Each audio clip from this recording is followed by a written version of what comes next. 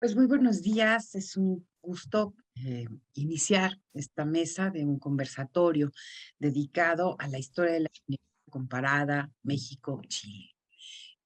Tengo el privilegio de presidir esta mesa que me invitaron en este marco de la 33 Feria Internacional del Libro Internacional de Antropología e Historia que organiza el Instituto Nacional de Antropología y que entre otros aspectos tiene en general todos los años, generalmente la Feria Internacional del Libro del INA le dedica a un país distinto al nuestro la feria o los invita a realizar actividades de la misma manera que se realizan ¿cómo se llama? También se invita a un estado. En este caso, el invitado pues es Chile. Ahora estamos en un cambio, pues entiendo yo, que de gobierno, y es muy interesante pues hablar sin duda en este conversatorio que verán ustedes su importancia, pues un vínculo histórico que ha existido entre ambos países trazado por la minería. En ese sentido, bueno, me permito explicarles que este conversatorio nos acompañarán 4 participantes, 2 de ellos destacadísimos académicos o de muchísima trayectoria, otros 2 también destacados académicos que tienen muchos años trabajando este tema, pero pues los 2 iniciales nacieron en Chile, eso quiero explicarlo de manera muy particular, y otros 2 pues nacieron en México, y yo creo que los 4, como grandes especialistas de la historia de la minería en México, nos van a compartir un punto de vista importante. Bueno, en primer lugar, le voy a darle la palabra a nuestro invitado, que agradecemos mucho, que gracias a los medios electrónicos nos podemos comunicar con él, que es el doctor Sergio González Miranda, que es sociólogo de la Universidad de Chile, es magíster en Planificación del Desarrollo Urbano y Regional de la Pontificia Universidad Católica de Chile, ha sido posgraduado de Ciencias Sociales de Flaxo, doctor en Estudios Americanos con mención en Relaciones Internacionales por la Universidad de Santiago, doctor en Educación de la Universidad de Tarapá, académico del Instituto de Alta Investigación y forma parte de los claustros doctorales y de Ciencias Sociales de la Universidad de la UTAP, o sea, bueno, ahora sí. Y además es colaborador en los doctorados de educación de la misma universidad de antropología en la UTA y en la Universidad Católica Nacional.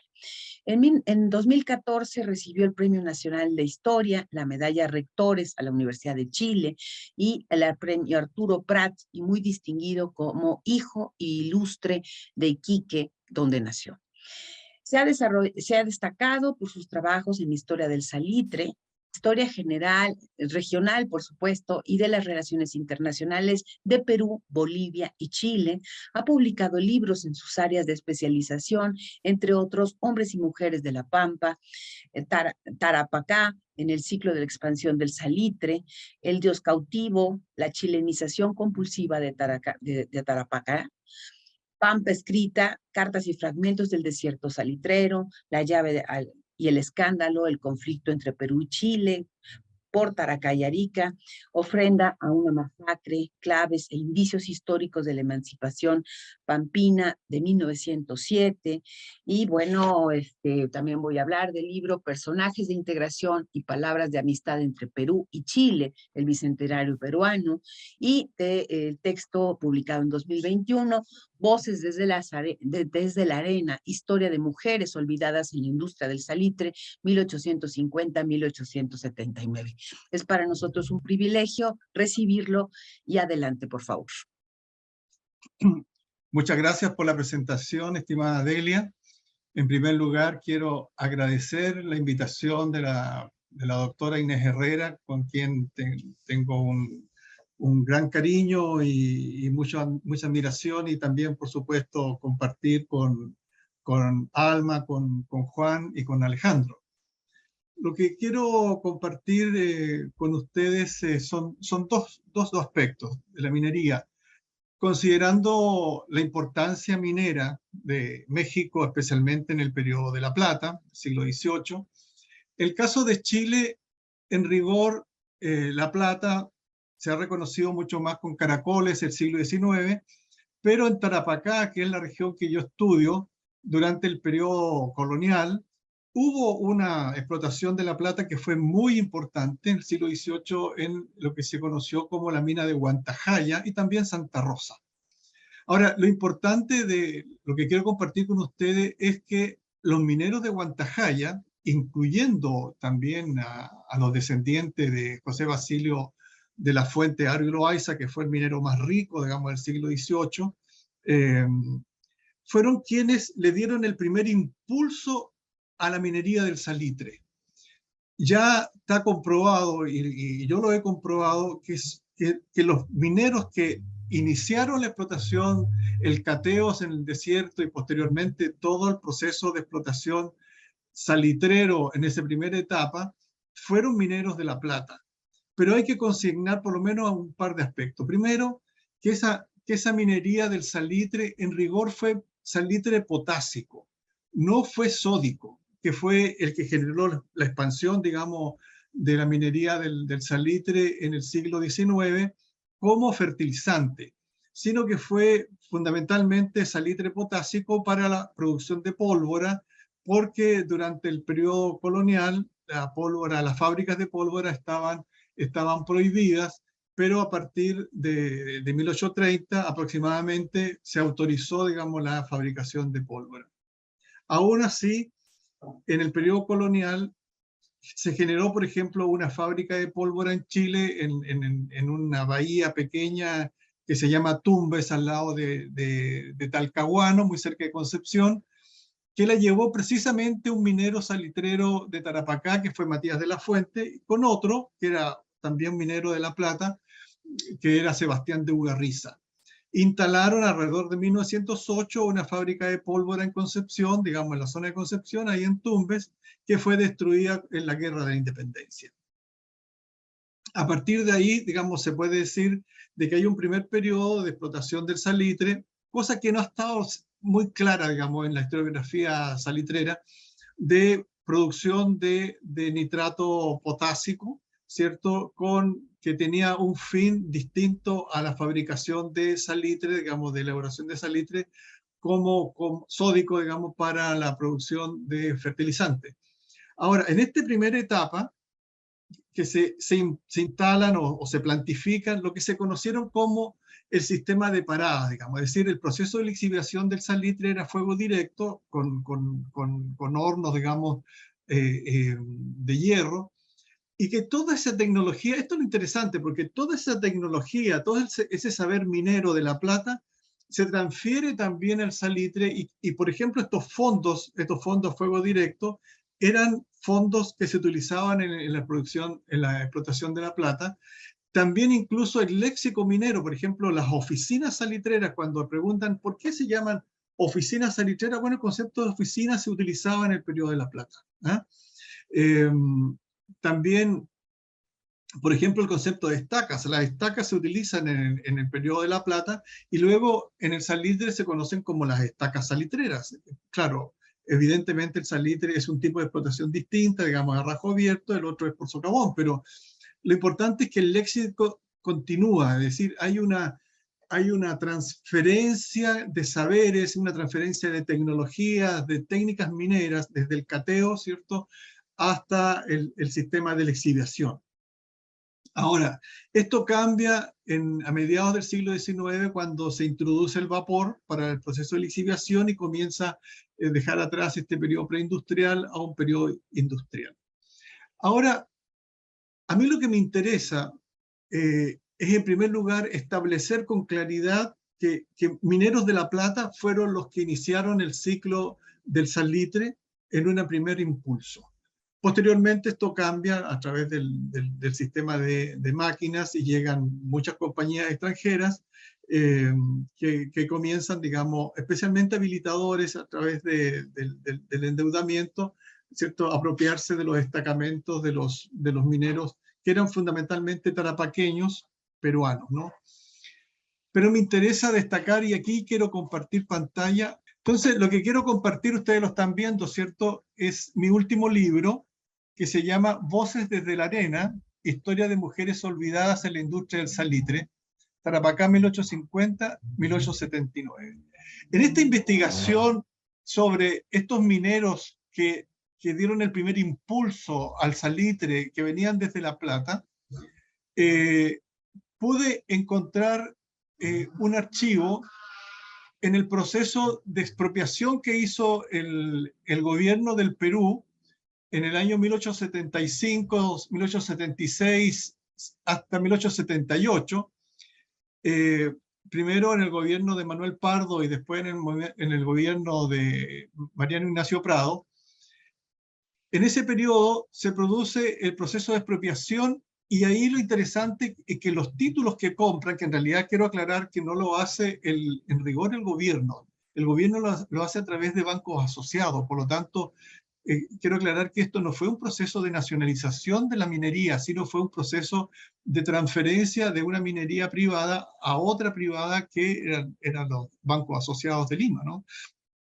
Pero al margen de eso, lo interesante es que al analizar los títulos de los propietarios de estas oficinas que se vendieron a estos bancos asociados, ¿cierto? A través de esta política del gobierno del Perú, encuentro de que, como podíamos suponerlo, eran mineros, ¿ah?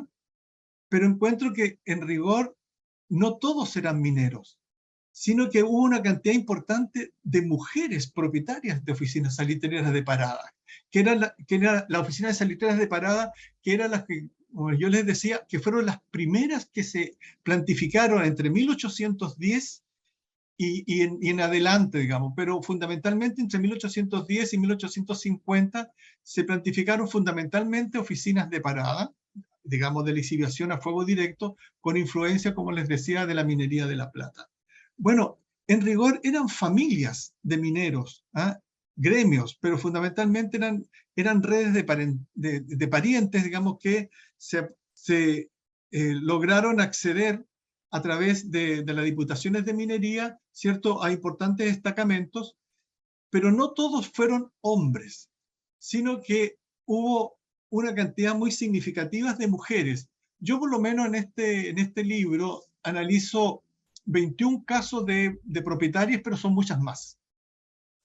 Y algunas de ellas incluso, por lo menos analizo 2 de ellas, incluso pasaron a la fase industrial, digamos, es decir, lograron en su destacamento plantificar una industria por sistema de vapor, por ejemplo, el caso de Virginia Loaiza, que instala en la oficina La Peruana, pero todas ellas tuvieron que vender, ¿cierto?, sus oficinas. Y lo interesante es que cuando uno ve los listados oficiales, y por eso creo que esto llevó a engaño a toda la historiografía salitrera, aparecen como hombres, digamos. ¿Por qué?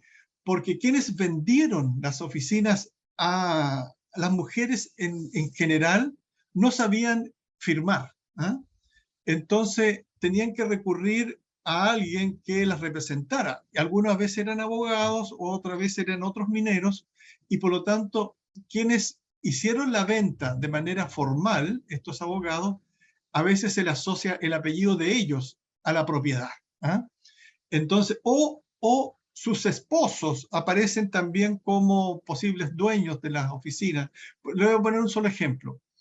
La oficina Sacramento de Soto, ¿cierto?, aparece como una oficina de propiedad de Mariano Soto, y en rigor, él dice ahí cuando declara la venta de esa oficina que su esposa, que se llamaba Felicidad Castilla, que ni más ni menos era la hermana menor, ¿cierto?, del presidente Ramón Castilla Marquesado, presidente del Perú, Felicidad Castilla era la dueña de esta oficina.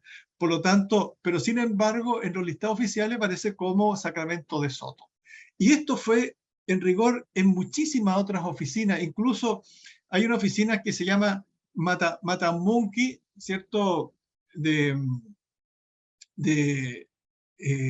Aparece la oficina Matamunqui asociada al abogado que hizo la operación, digamos, y desaparece completamente su dueña.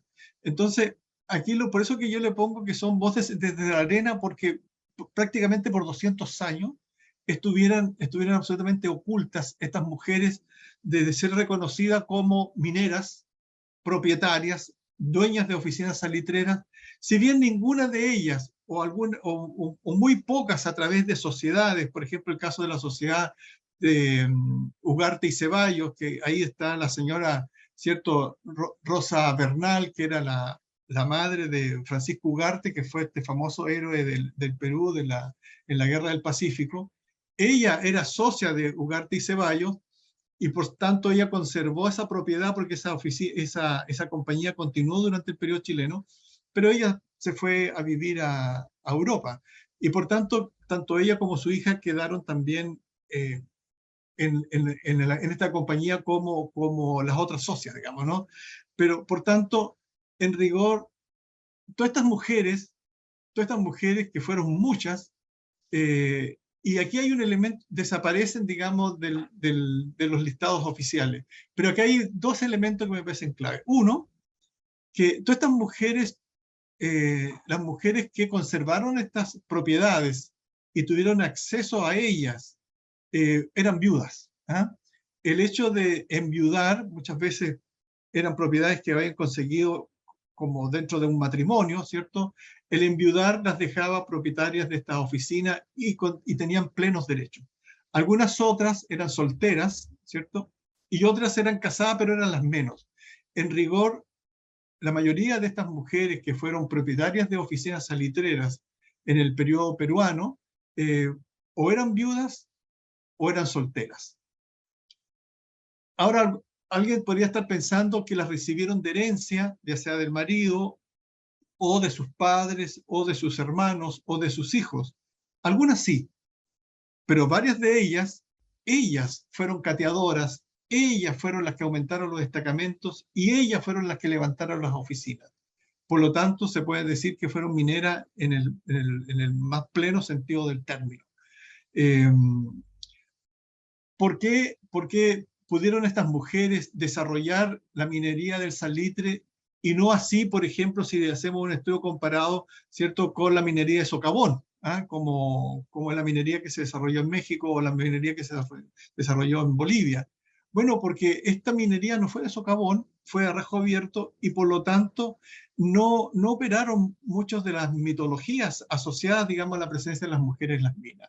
Así que yo quería traerles a ustedes estos dos componentes que a mí me parecen clave para comprender ¿cierto? El mundo de la minería del salitre, que no estaban de todo aclarados. Uno, ¿cierto? La importancia que tuvo la minería de la plata en el proceso de instalación, ¿cierto? El primer impulso endógeno, digamos, de la minería del salitre y cómo es mineros y mineras, digamos, de la plata y toda su tecnología y su saber minero pasan de una a otra.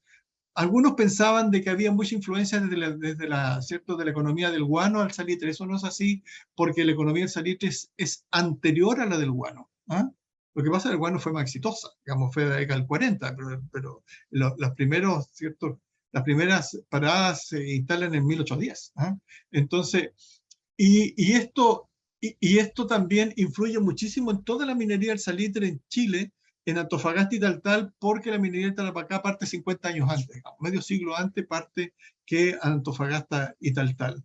Y por tanto, y dentro de ese fenómeno, ¿cierto? Están estas mujeres que tienen prosapia minera, muchas de ellas, sus familiares, sus antepasados fueron mineros de la plata, y por tanto aquí hay una cultura minera que trasciende el siglo XVIII al siglo XIX y que podemos decir que su punto de inflexión fue, ¿cierto? Con este proceso de expropiación en la década del 70 en el periodo peruano y posteriormente, ¿cierto? Con la política minera chilena después de la Guerra del Pacífico.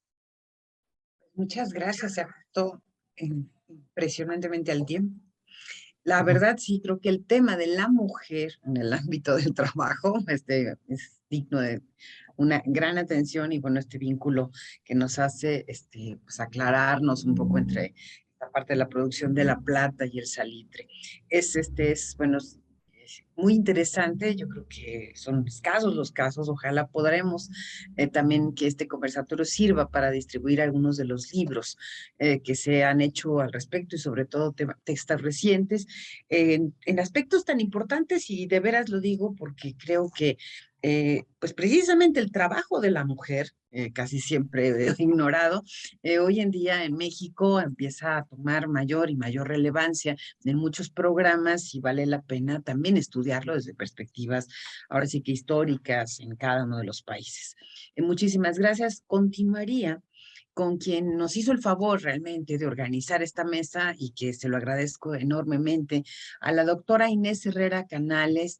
Ella es una de las investigadoras de mayor tradición de la Dirección de Estudios Históricos, fue nuestra directora. Es para mí un privilegio presentar este conversatorio y presentar a Inés en este momento.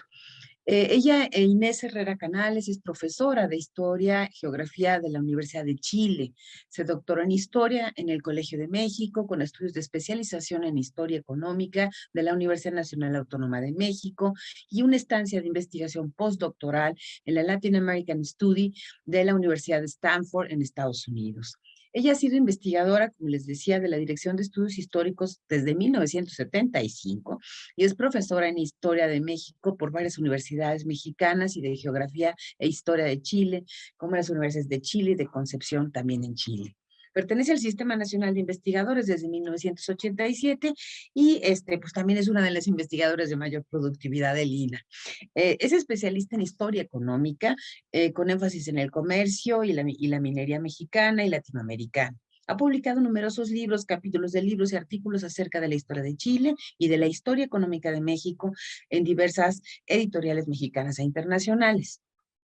Una labor destacada de la doctora Herrera ha sido la preservación del patrimonio minero, expresado en el rescate de archivos históricos mineros y en la identificación con un apoyo al trabajo de investigación y a la conservación del patrimonio documental histórico nacional, contribuyendo así también a la puesta en valor de estos inmuebles. Entre ellos destacan el archivo histórico precisamente de la Compañía Minera de Real del Monte y Pachuca y de la Casa de Moneda de México y recientemente también del Instituto de Geología de la UNAM. Asimismo, ha promovido y difundido las investigaciones de historia minera en reuniones de historia de la minería latinoamericana. Por eso me pareció que era la persona más que adecuada para organizar un conversatorio de este carácter.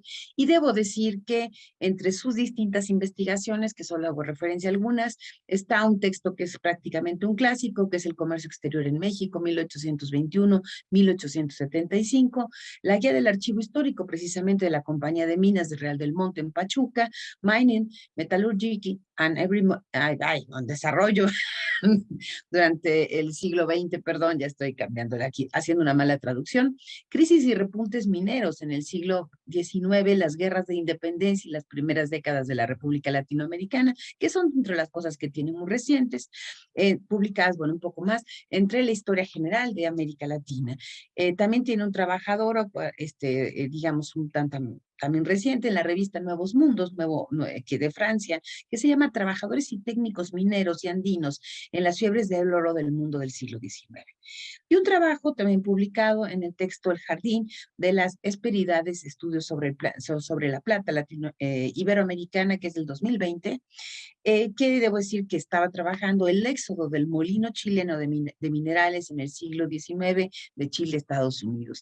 El tema, sin duda, del molino chileno es uno de los trabajos que ahora actualmente desarrolla en su proyecto de investigación. Así que adelante, Inés, perdón si me pasen los currículums, pero prefiero presentarlos para que todos los conozcan. Adelante.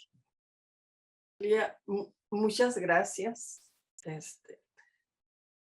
por la presentación y por habernos dejado aquí con este molino chileno con el que voy a iniciar esta presentación.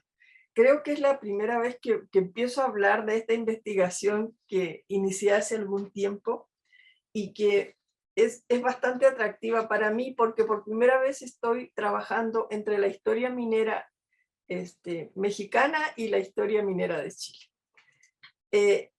Hace algún tiempo me interesé por ver cómo este molino de minerales, entre los muchos que se inventaron en el mundo, ha seguido usándose a través del tiempo y pasó a constituirse desde un molino de piedra, de metal, de moverse a mano, de moverse con fuerza animal, humana, luego vapor, electricidad y diésel, y de usarse en los Andes centrales para luego pasar a California, Australia, Nueva Zelanda a mediados del siglo XIX.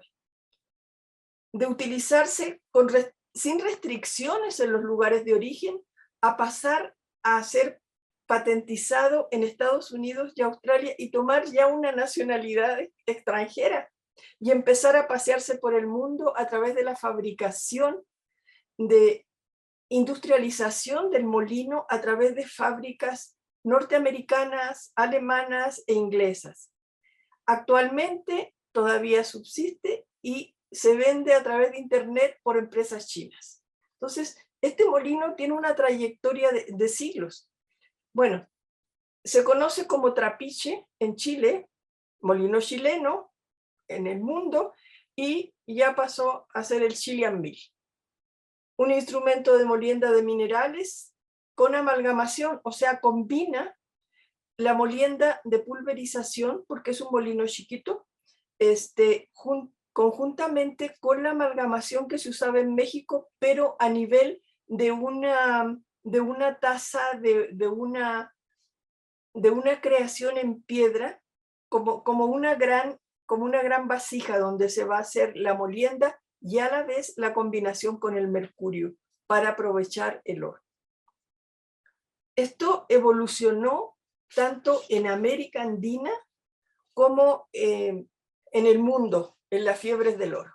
Espérame tantito, vamos a empezar. Este molino se deriva de los instrumentos neolíticos, tiene su origen en estos instrumentos. Antes de esta América Andina, viene ya de los molcajetes, exactamente, de los molcajetes, de los percutores neolíticos, de la molienda del trigo, lo que ven ahí, de la molienda de vegetales, de aceitunas, de manzanas, en fin, y de metales. Esta molienda de metales se va a desarrollar y se ven los tratados de minería y metalurgia del siglo XVI de Georgius Agricola, que va a ser este molino el origen de estos molinos de molienda gruesa que se van a difundir por el mundo. Este es el molino de Agrícola, que es el de almadanetas, mazos, el stand mills, que se va a usar y que se sigue usando para la gran molienda gruesa. El molino chileno es para la molienda fina de pulverización, por eso son molinos chicos, no son como estos stand mills que se van a desarrollar. Pero junto con esta tecnología que parte del viejo mundo, tanto de Europa como de Asia como de África, va a conjuntarse con la tecnología que existía en América Andina a la llegada de los españoles. Entonces, lo que se usaba para la molienda son también instrumentos de piedra, la siguiente por favor, que son los marelles. Aquí hay unos ejemplos todavía de lo que existe en Chile, también en Argentina o en Perú. En fin, estos marelles que son grandes molcajetes que pueden usarse con la fuerza humana y también con fuerza animal posteriormente. Esta tecnología que traen los europeos se va a combinar con la tecnología de la minería en América Andina, que es donde está más desarrollada la minería precolombina. Siguiente, por favor. El avance en la minería y la metalurgia europea están en estos tratados de Biringuccio, de Georgius Agricola y de Pérez de Varga, que es una copia del de Remetálica. Y finalmente, estos son del siglo XVI, en el siglo XVII, ya en América, Alonso de Barba va en el arte de los metales a mostrar cómo, además de utilizar en los grandes ingenios del Potosí, estos stand mills, almadanetas todavía, mazos, va a utilizarse un nuevo sistema donde no tienen capital ni hay agua para poder trabajar, y que se usa este pequeño molino. Siguiente, por favor. Que van a ser, aquí está Potosí. Pueden ver a la izquierda donde está el molino. Ese es el molino de molienda gruesa, que son las almadanetas. Siguiente, por favor. Estos son los dibujos de Alonso de Barba, en que está incorporando tanto el maray, que va a ser el redondo, la piedra para moler con el maray, como también lo que es el trapiche con la piedra redonda que está funcionando, para combinar el metal ya molido grueso junto con el mercurio. Esto se va a desarrollar posteriormente en unos pequeños molinos que se van a ver durante el siglo XVII, XVIII y XIX, que van a permanecer. Siguiente, por favor. Esto es la imagen de un viajero que es Amadeo Fressier, un viajero francés en Perú, que va a dibujar y se puede ver en dónde está. Ya se me perdió desapareció en el dibujo, este molino que se utiliza. Las llamas están muy estilizadas, no corresponden. Aquí dice B trapiche minero, que no alcanza a verse, pero ya es más crecido que lo que muestra Alonso de Barba. Siguiente, por favor. Y en el siglo XIX, los viajeros, que vienen fundamentalmente ingleses, van a dibujar lo que es un trapiche de minerales en Chile. Ahí lo pueden ver, es semejante, es el mismo sistema, es la taza donde da vuelta la piedra, entra el agua junto con la piedra pulverizada y el azogue, el mercurio. Y sale el agua por otro lado y queda en las orillas el metal, el oro fundamentalmente, que es lo que se está utilizando. Al parecer, desde el siglo XVIII y durante el siglo XIX hay una difusión de las técnicas que existen en América y se van a reproducir en revistas europeas. Por eso el conocimiento se va a empezar a expandir, el conocimiento de este tipo de tecnología. Vamos a encontrar posteriormente, ya avanzado un poco en el siglo XIX y no tanto, y antes de la fiebre del oro de California, de San Francisco, vamos a encontrar en Carolina del Norte ya este molino chileno trabajando. En 1823 comienza a verse los molinos, los trapiches en Estados Unidos. Ahí hay dos ejemplos. Este es en Carolina del Norte, en Charlotte, en el Museo Charlotte. Siguiente, por favor, que son los museos. Aquí pueden ver los ejemplos. Se empieza a expandir y en las fiebres del oro de Estados Unidos, no solamente en California, sino que también va a ser primero en Carolina, luego en California, en la fiebre del oro de San Francisco, de Sacramento más bien, Colorado en los 50, Georgia en 60, sur de Dakota, en Alaska, además, posteriormente en Canadá, en British Columbia. Estos son ejemplos de lo que existe ahora en los museos en California, en Montana, de estos museos, de estos trapiches chilenos o Chilean Mill. Además de estar en Estados Unidos, este molino va a migrar nuevamente a la fiebre del oro de Australia hacia 1850. Siguiente, por favor. Esto es en Canadá, en Nueva Escocia, que hay también ejemplos de este molino. Siguiente, por favor. Y en Ballarat, en Australia. Al parecer, los mismos chilenos que van a la fiebre del oro de California van a migrar junto con los Cornish cuando viene la fiebre del oro en Australia hacia 1852. También desde Chile, que tiene un comercio activo de trigo en esa época hacia Australia, van a salir chilenos, algunos con muchos conocimientos en minería y otros con menos experiencia, pero de todas maneras van a llegar a trabajar en esta minería. Hay unos relatos en Sacramento más bien, de los chilenos que llegan y que se establecen en San Francisco y van a trabajar.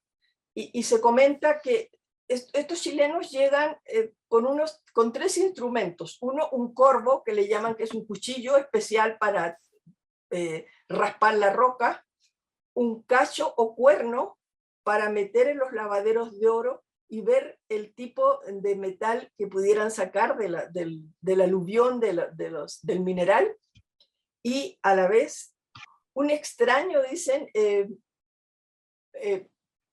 molino pequeño para moler metal. Muchos llegan también canteros a trabajar y hacer estos molinos en California. Este va a ser el origen, quizá, de lo que es la modificación, el cambio del tipo de metal, del tipo de energía que se va a estar utilizando. Es decir, el molino que llega como un molino primitivo se va a empezar a modificar, a cambiar en Estados Unidos, y se va a comenzar a industrializar. Siguiente, por favor. En verdad, cuando sale de América Andina, no solamente de Chile, de Perú, es un bien que no está patentado, puede usarlo cualquier persona, pero al llegar a Estados Unidos, donde la legislación en relación a las patentes ha sido establecida, hay muchas patentes de molinos del trapiche minero chileno para hacer modificaciones al molino, que muchas veces no lo llaman molinos chilenos, sino que dicen molinos de cuarzo o molinos de metal grueso, porque muelen tanto pólvora, pintura, huesos, metales, sirve para muchas cosas. Todas estas modificaciones están en la documentación, en los archivos norteamericanos, y se pueden ver cuántas, que son muchas decenas de modificaciones, y ya empieza a tener su patente norteamericana y se empieza a fabricar en las fábricas norteamericanas, entre ellos la más conocida va a ser a fines del siglo XIX, Fraser and Chalmers. Siguiente, por favor. Y entonces ya no es este molino tradicional, sino que es un molino más sofisticado, más chico, que va a empezar a difundirse por el mundo y a venderse y a mostrarse en lo que son las exposiciones internacionales de equipos industriales. Ahí están los tres ejemplos. Y empieza a recorrer el mundo. Incluso tengo algunos datos que no he seguido pesquisando de África y de Asia, donde pueden verse las explotaciones mineras. Siguiente, por favor. Y esto finalmente en el siglo XIX llega a México en sus dos formas. Tanto la industrializada, vendida por estas fábricas de equipos mineros, como el tradicional, el semiartesanal, que se usa de las dos maneras. Casi siempre estos equipos industriales se ven en las grandes empresas del norte de México. Y en el caso, lo que ven ahí es Guanajuato, el de medio es Guanajuato, y el otro es Pachuca, Real del Monte. Empiezan a aparecer estos molinos hacia 1863 en Zacatecas, en Fresnillo, luego en Guanajuato, y a fines del siglo, en los años 80, en Pachuca, Real del Monte, en una cantidad enorme. Llega a haber 60 molinos chilenos entre Real del Monte y Pachuca. Se extienden verdaderamente estos molinos por la facilidad que tiene para hacerse. tampoco van a pedir permiso para utilizar la patente para hacer estos molinos tradicionales. En las mismas maestranzas de las compañías se fabrica el molino, se restauran las piezas, se hacen nuevas piezas, incluso se compran fuera algunas piezas, como es el caso de las ruedas que ya no son de piedra o de madera, sino que están forradas de acero, y que la fabrica Krupp de Alemania para que puedan utilizarse acá. Entonces, sí tiene un impacto en el caso de México en el siglo XIX e inicios del siglo XX. Siguiente, por favor.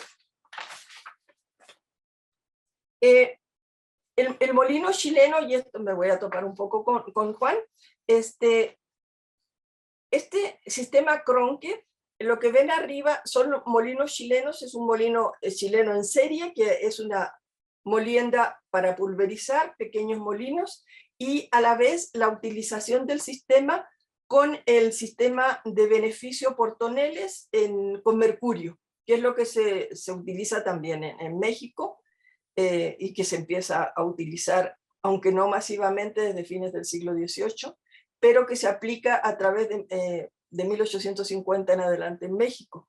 Este sistema de toneles es adoptado en la Compañía Real del Monte, en la Hacienda de la Unión.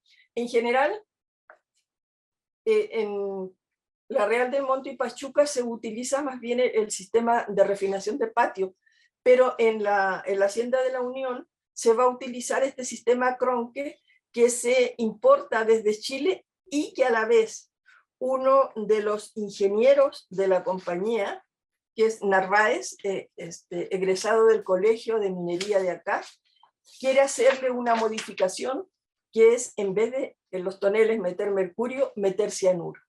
Entonces, nuevamente viene una posibilidad de una nueva modificación al sistema.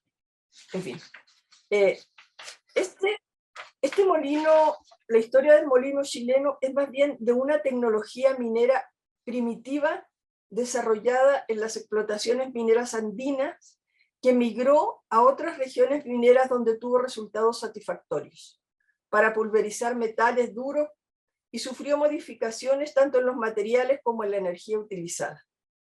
Fue adoptado y patentizado en países extranjeros y vuelve a la minería de los países latinoamericanos como un instrumento moderno y eficiente. Sin embargo, aún es posible encontrar, tanto en Chile como en algunos países centroamericanos y sudamericanos, este molino artesanal, este molino tradicional, que aún sirve en la pequeña y mediana minería. Siguiente, por favor. Ahí encontré esto de Andacollos, Chile, Limarí, Chile, que ya es otro tipo de molinos. Aquí hay varios molinos chilenos trabajando el oro. Hay otros videos también que no los pude poner, pero en que se ve esta reutilización del molino chileno. En fin, el trapiche va a formar parte de todo un sistema de molienda a fines del siglo XIX y comienzos del XX, en que el molino chileno es parte de toda la molienda, pero no es la parte fundamental, sino que es dentro de todo el engranaje es una parte pequeña, pero necesaria. Y así se ve en los tratados de comienzos del siglo XX, cómo se utiliza. En fin, eso es en relación al molino chileno, pero podemos terminar con un pariente cercano que se desarrolla en México, que lo exportan a Estados Unidos igualmente, pero que no tiene un desarrollo como el que tuvo el molino chileno en Estados Unidos. Está la otra figura, ¿verdad? La siguiente, que son las arrastras. La arrastra es semejante digamos, en la estructura al molino chileno, porque es una taza en la que también se mueve con fuerza humana, animal, o vapor, o electricidad, pero no es una rueda la que muele, sino que son bloques de piedra que están golpeando el mineral para pulverizarlo. Este sistema se utilizó en México en la época virreinal, se sigue utilizando en el siglo XIX y se exporta a Estados Unidos, pero no tiene el desarrollo que tiene el molino chileno. Todavía es posible encontrarlo en Mojave, en California, en Montana, en todas las partes donde se desarrolló la minería del oro, la minería del cobre, pero se mantiene a nivel artesanal. Bueno, de eso sabe más Alma, que es la que ha trabajado más las arrastras que yo, pero quería también mostrárselo como en un nivel comparativo. Muchísimas gracias. Muchas gracias, Inés, por el contrario. La verdad es que pues esta es otra faceta importantísima que Inés ha trabajado a profundidad, que es el tema, pues ahora sí que de la tecnología. Y bueno, un recorrido de este nivel sobre el tema de la tecnología minera, que pues ahora sí que nos llevaste desde el paleolítico hasta la actualidad. Digo, desde el neolítico, bueno. La verdad es increíble, ¿no? Está muy interesante y bueno, sí, también tiene mucho que ver con otro gran tema, que es el patrimonio común, ¿no? O sea, finalmente que tenemos en todas las naciones en donde los desarrollos tecnológicos, puedes todavía localizarlos, encontrarlos, estudiarlos, ¿no? La verdad es que, pues bueno, esperemos que podamos poder un poquito ampliar algunos aspectos en una pequeña plática. Muchas ¿Me gracias. permites, Delia? Adelante, adelante, adelante. Le acabo de enviar a su correo a Inés un maray que encontramos de casualidad en una oficina de parada en el desierto. Estaba enterrado, así que un maray que viene de la minería de la plata, pero que se utilizaba en la minería del salitre, como lo hemos dicho, sí, especialmente para el tema de la pólvora. Así que le envié la foto a Inés a su correo. Muchas gracias, Sergio. Qué bueno. Sí, he ido acumulando, gracias a la generosidad de mis colegas. Gracias. Tengo muchas más, así que te puedo enviar. Allá, agradecido. Muchísimas gracias. Esperemos que este conversatorio sirva para que te llegues otras. Muchísimas gracias, sobre todo, pues bueno, para quien sabe qué se trata perfectamente. Bueno, ahora, bueno, sí voy a dar la palabra a dos de mis colegas, ahora sí que con ambos he trabajado, así que también me da muchísimo gusto en presentarlos. Inicio con la con la maestra Alma Parra. Ella, bueno, ella es maestra en Historia Económica, precisamente por la London School of Economics de la Universidad de Londres, disculpen ustedes, y tiene, por supuesto, un doctorado, también los estudios de doctorado en la Facultad de Filosofía y Letras de la UNAM. Es investigadora y titular de la Dirección de Estudios Históricos desde 1992. Ha realizado estancias de investigación en Austin, precisamente en Texas, en el Reino Unido, en París y en Toulouse.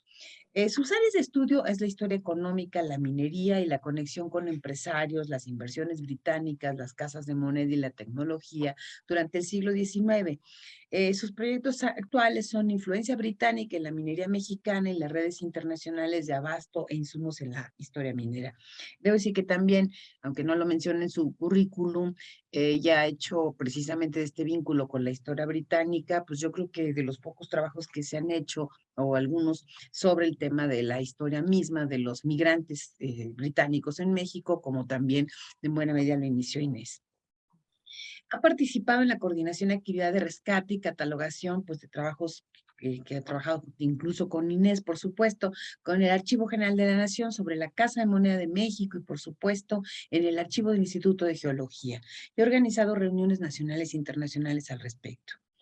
Es coautora de libros como Estado y Minería en México, 1767-1910. Yo creo que un texto que cualquiera que se quiera acercar a la minería en México lo debería de revisar.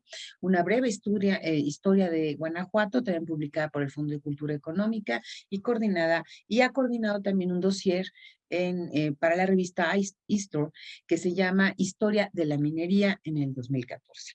Es co-coordinadora y autora de algunos otros libros: Economía, Sociedad y Cultura en la Historia Minera Latinoamericana y Perspectivas Recientes de la Historia de la Minería Latinoamericana en México. Es miembro del Comité Internacional de la Mining History Association, miembro y fundador de la asociación, ahora sí que ya cambié, de historiadores de la minería latinoamericana y por supuesto de la Asociación de Historia Económica de México. Bueno, sus publicaciones más recientes pues se han dado tanto en México como en algunas editoriales extranjeras. Hago referencia solamente a algunos pequeñísimos para dar pie más a su presentación. Es John Millington y la Casa de Moneda de Guanajuato, por ejemplo, un perfil notable y un paso a la minería de la acuñación en Guanajuato, que es un texto como muy reciente.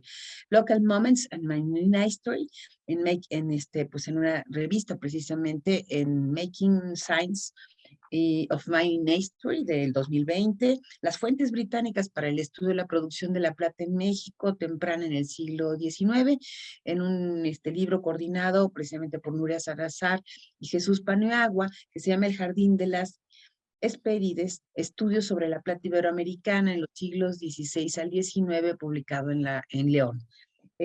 Bueno, no me podría poner a leer todos los ensayitos que tiene Alma, porque no acabamos nunca, y me daría muchísimo gusto, creo que es una pues, estudiosa en todos los sentidos sobre la historia de la minería, sus fuentes, y también por los temas de historia económica. Ella también ha trabajado, y ya por cerrar este tema, en la traducción y la edición de fuentes documentales precisamente británicas sobre las relaciones de la industria minera.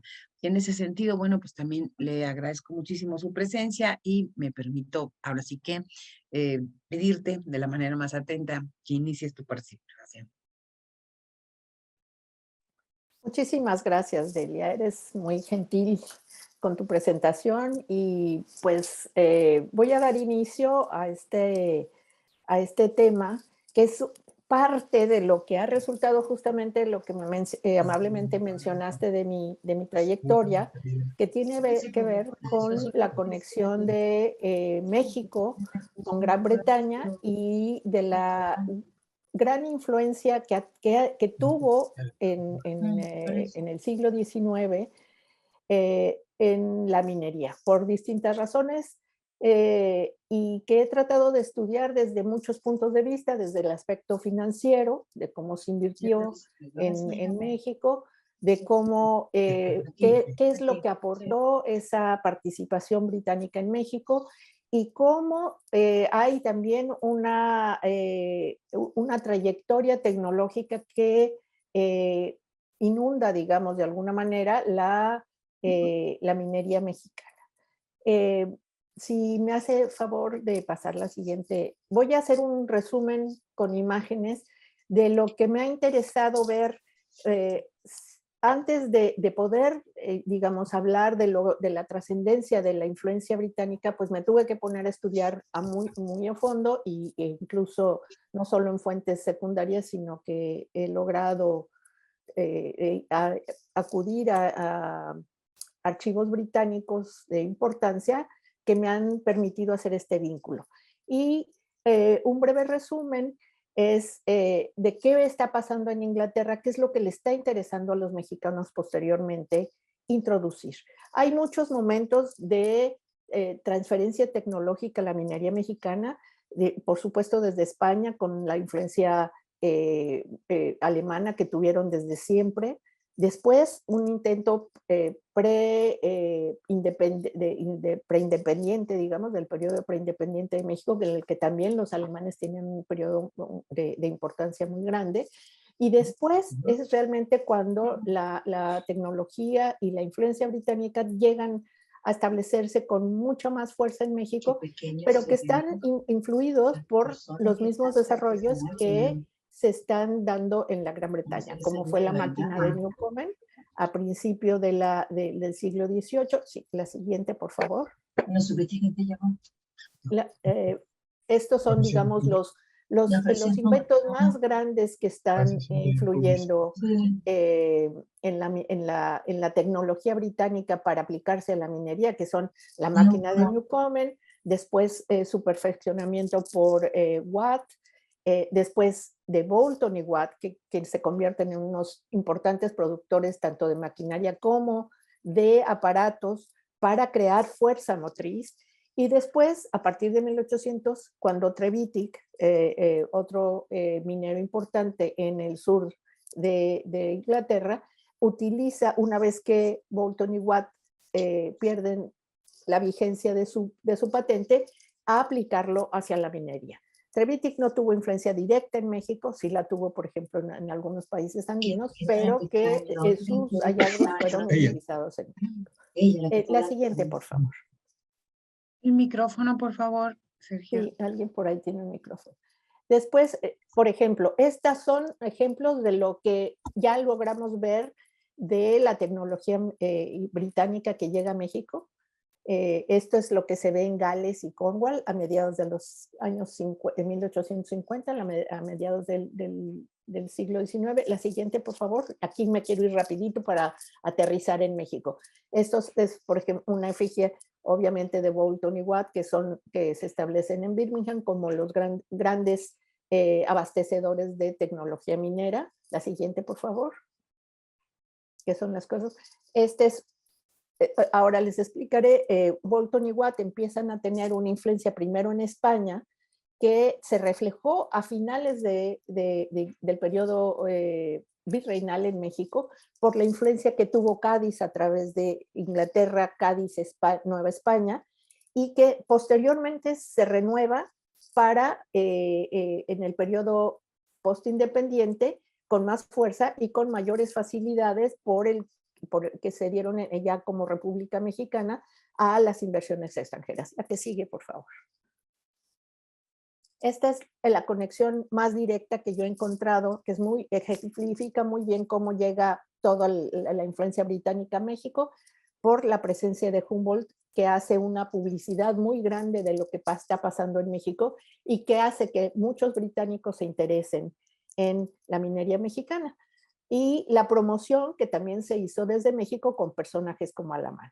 Entonces, Humboldt y Alamán son claves ahí. Ellos se conocieron en México, tienen un impacto los dos como publicitarios, digamos, de la minería mexicana, y posteriormente personajes como Taylor, que son contratistas ingleses que se interesan en las minas mexicanas. Lo que viene, por favor. Bueno, aquí voy a dar ya paso a concreto para explicarles cómo hay esta transición de la importancia tecnológica de la Revolución Industrial Británica logra llegar y cómo se va estableciendo en México. La minería del suroeste de Inglaterra fue el semillero de innovaciones tecnológicas y adaptaciones de nuevas máquinas que producían fuerza motriz y otro tipo de cosas, porque existía un impulso muy grande a la industria metalmecánica, que fue incluso la que apoyó a todo su propio proceso de industrialización. Aunque son múltiples las compañías que se crearon en esa época, destacaron varias que finalmente se proyectaron hacia el exterior. El mejor ejemplo fue, como les mencioné anteriormente, la de John Taylor y compañía, que era una compañía contratista encargada de una serie de obras de infraestructura y que logró un gran renombre por el impulso que dio a la minería de Cornwall, en el sur de Inglaterra, y también de Devon, así como el impulso que dio a progresivas mejoras y adaptación de las máquinas de vapor en las minas, y no solo para el desagüe, sino también para otras labores. Aunque Taylor tuvo una influencia grande en esa región, junto con su empresa, se habían desarrollado otras tantas en la región y que también daban servicio en esa área, como el otro personaje que apareció ahí, que es Trevithick, y que recién liberada la patente de Boulton y Watt había intervenido las máquinas para lograr adaptaciones más específicas en el uso de fuerza de vapor en las labores realizadas también en Cornwall y Devon.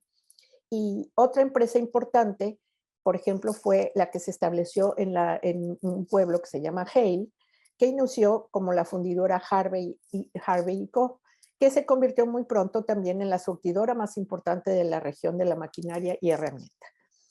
La trascendencia de estas compañías fue enorme en su propio entorno, y los esfuerzos por adoptar esta tecnología a las minas mexicanas provino en gran parte de esas fuentes. La apertura al capital extranjero que se dio en México a partir de la independencia propició la formación de varias compañías. Como lo he trabajado en otras ocasiones, aunque no voy a entrar aquí en detalle, se establecieron varias compañías británicas en México, principal en las zonas mineras más importantes, como fueron Guanajuato, Zacatecas, Tlalpujahua, en zonas, y obviamente la de Real del Monte, que fue como la punta de lanza, que dieron oportunidades muy grandes a la inversión de estos capitales extranjeros.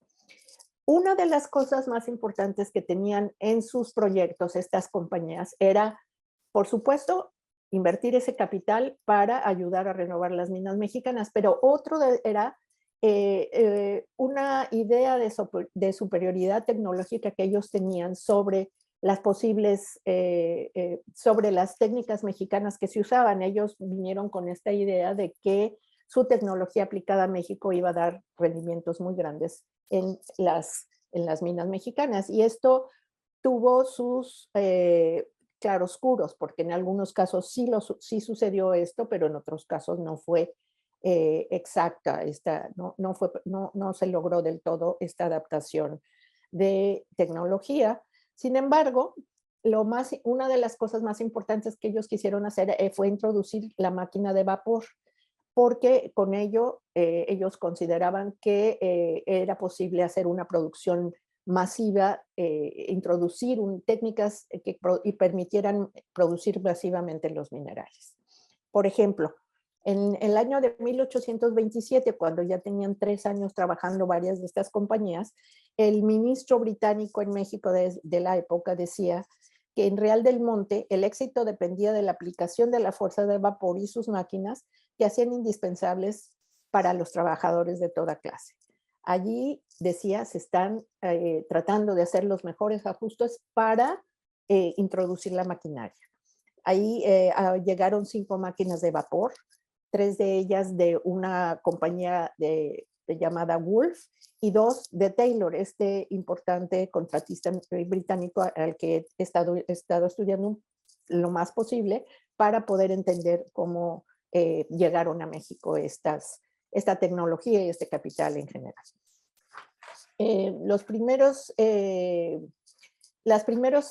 Estas máquinas llegaron en los primeros años cuando empezaron a funcionar estas compañías. Algunas tuvieron muchas dificultades para llegar incluso a los centros mineros por las condiciones tanto de los puertos como de transporte a estas zonas mineras, pero les digo, como de cualquier manera hubo un éxito parcial y finalmente casi todas las zonas mineras lograron tener una máquina de vapor. Esto es comparable con lo que pasaba en el sur de Inglaterra, pues eran, digamos, logros muy pequeños, porque, por ejemplo, ya para esa época en Inglaterra había ya 350 máquinas de vapor funcionando tan solo en la zona de Cornwall.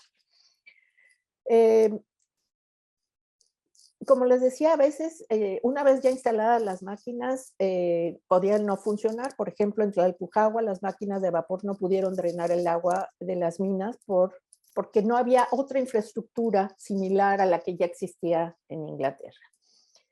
En 1826, por ejemplo, una de las compañías que trabajaba básicamente en Guanajuato, la Anglo Mexican Mining Company, que es una compañía que he trabajado a mucho detalle porque tenía minas y tenía la Casa de Moneda, había hecho gastos solo en maquinaria por 100,000 libras esterlinas. De aquí que ni la 20ª parte ha sido usada ni podrá serlo, pues encontró que la maquinaria del país era la verdaderamente adecuada para la adecuada de sus minas. En efecto, los mineros mexicanos ya habían introducido un sistema de desagüe muy interesante, por ejemplo, en la Valenciana. Entonces, esta tecnología adaptada a México, parcialmente, pues no superaba lo que estaba pasando ya desde antes en México. Entonces, como les decía yo, los resultados de esta introducción tecnológica pues son variables en las distintas zonas. También, por ejemplo, compañías como la United Mexican Mining Association, que operaba mayormente en Zacatecas, optó por utilizar mejor mano de obra local, por lo que cualquier posibilidad de tecnología novedosa tardó mucho más en incorporarse. además iba a provocar también un alto desempleo. Entonces la compañía en ese momento tomó una decisión de mejor mantener a los 350 trabajadores que iban a dejar fuera si es que utilizaban esta nueva tecnología. Aunque ha sido difícil rastrear qué compañías surgieron desde Inglaterra las compañías establecidas en México, se sabe que John Taylor envió junto con Harvey y Cole las primeras máquinas para que las compañías operaran en México. Lo que parece más claro es que hubo una división de mercados en México para la maquinaria que provenía de Inglaterra. A diferencia de los productores del sur de la Gran Bretaña que vendieron a las 3 compañías más importantes como fueron la Real del Monte, la Anglo-Mexican y la United Mexican para trabajo en las minas, Boulton y Watt, que también ya les mencioné al principio, muy de carrera, capturó otro mercado que era el de las máquinas para acuñar moneda. A la par de que muchas de las minas más importantes fueron arrendadas por sus poseedores y agrupadas por las compañías británicas, los primeros gobiernos republicanos liberaron las actividades algunas de las actividades que normalmente se realizaban de manera monopólica por la corona española. Y una de estas fueron las casas de moneda, se concesionaron a particulares y estos particulares en este caso, en varios casos fueron británicos, que ya sabían cómo funcionaban las minas y veían también en las casas de moneda pues un negocio muy redituable.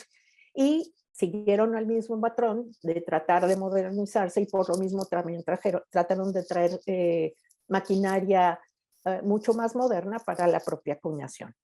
Esto me di cuenta que esta separación, digamos, del mercado mexicano de las compañías que venían de Inglaterra, me di cuenta buscando justamente la máquina de vapor que había hecho, que se suponía se iba a importar a principios del siglo XIX a México por un renombrado empresario irlandés radicado en Cádiz y después en México, Murphy, que quería traer la maquinaria de vapor, pero esto no se realizó, no se pudo realizar por cuestiones de costos, etcétera. Existe un trabajo muy bueno al respecto que nos explica esta situación, pero me encontré justamente que Boulton y Watt, si no trajo las máquinas para la minería, sí las trajo para las casas de moneda.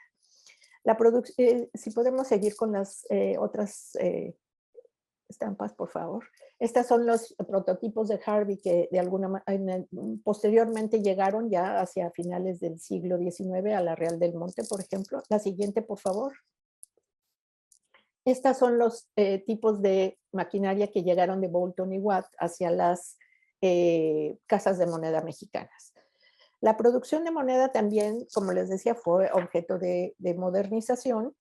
Y desde mediados de 1825 hubo un encargado de esta compañía de Boulton y Watt, llamado Robert Mouchet, que empezó a hacer las negociaciones con las distintas compañías mexicanas, principalmente la Anglo-Mexican y posteriormente también con la Casa de Moneda de México. Mientras que sus objetivos, además también pasó algo similar como pasó con las minas, con la maquinaria minera. Se hacían pedidos muy, digamos, muy ambiciosos en términos de traer implantar una gran máquina como las que existían en Inglaterra, principalmente en Birmingham, para producir moneda, pero pues las cuestiones tanto de costos como de desavenencias entre los propios empresarios, entre los mismos empresarios, hacían que los pedidos casi siempre quedaran cojos, ¿no? Por ejemplo, la idea era que, por ejemplo, a Guanajuato llegaran 4 acuñadoras con sus respectivas manijas que podían operarse tanto manualmente y en el futuro adaptarse a la fuerza de vapor o animal. Pero, por ejemplo, la máquina de vapor para la Casa de Moneda llegó muy posteriormente. mientras que las otras compañías, por ejemplo, habían logrado captar el mercado de maquinaria para la minería, Boulton y Watt operó de una manera muy interesante porque había encontrado un espacio de expansión en crear prototipos de maquinaria para la acuñación de moneda que exportó a diversos lugares del mundo, a Estados Unidos, a Portugal, a la India, y esas mismas prototipos pues los quería adaptar. También eso creó problemas para que llegaran a México, porque a veces los prototipos no se adaptaban a las condiciones locales. La conexión con México tiene una relación directa con quienes en la segunda década del 19 renuevan en la propia Inglaterra las actividades de acuñación, como son varias casas comerciales como Barclay y Herring y Baring, que tuvieron relación con México desde inicios de la independencia, otorgando préstamos al gobierno, y que después también tienen una relación, mantienen una relación de intermediarios con Boulton y Watt y las casas de moneda de México. La expansión de las operaciones de las casas de moneda como la de Guanajuato en los años 1840 y 50 pueden atestiguarse por la continua demanda de refacciones y partes para la renovación de dicho establecimiento. Hacia fines de 1826, el pedido para surtir la Casa de Moneda de Guanajuato con una máquina de vapor fue apoyado por los cálculos de la misma compañía de Boulton y Watt y proporcionaban pues una promoción, elementos para que juzgaran aquí en México las ventajas de su uso frente al representado por el uso de caballos o labores similares. La importancia de Guanajuato, y esto sí es mi objeto de estudio, pero tiene el que yo lo resalte tiene una connotación mayor, independiente de lo que yo he estudiado, y es que el vínculo con la compañía que organiza la extracción y refinación de minerales junto a la captación, porque ahí hubo esta doble función, digamos, de la inversión británica, que fue tener tanto minas como la Casa de Moneda. Y la Casa de Moneda funcionó en un periodo muy importante de auge minero para Guanajuato, que fue en ese momento el líder de la producción de plata mexicana y que se reflejó obviamente en la producción de moneda en ese periodo para beneficio de estas compañías. Sin embargo, para seguir básicamente con el tema de la maquinaria, la compañía de Boulton y Watt siguió promoviendo sus exportaciones de maquinaria a las casas de moneda de México. Lo hizo para la Casa de Moneda de Zacatecas y también para la Casa de Moneda de Culiacán, en donde también había influencia de británicos controlando esas casas de moneda.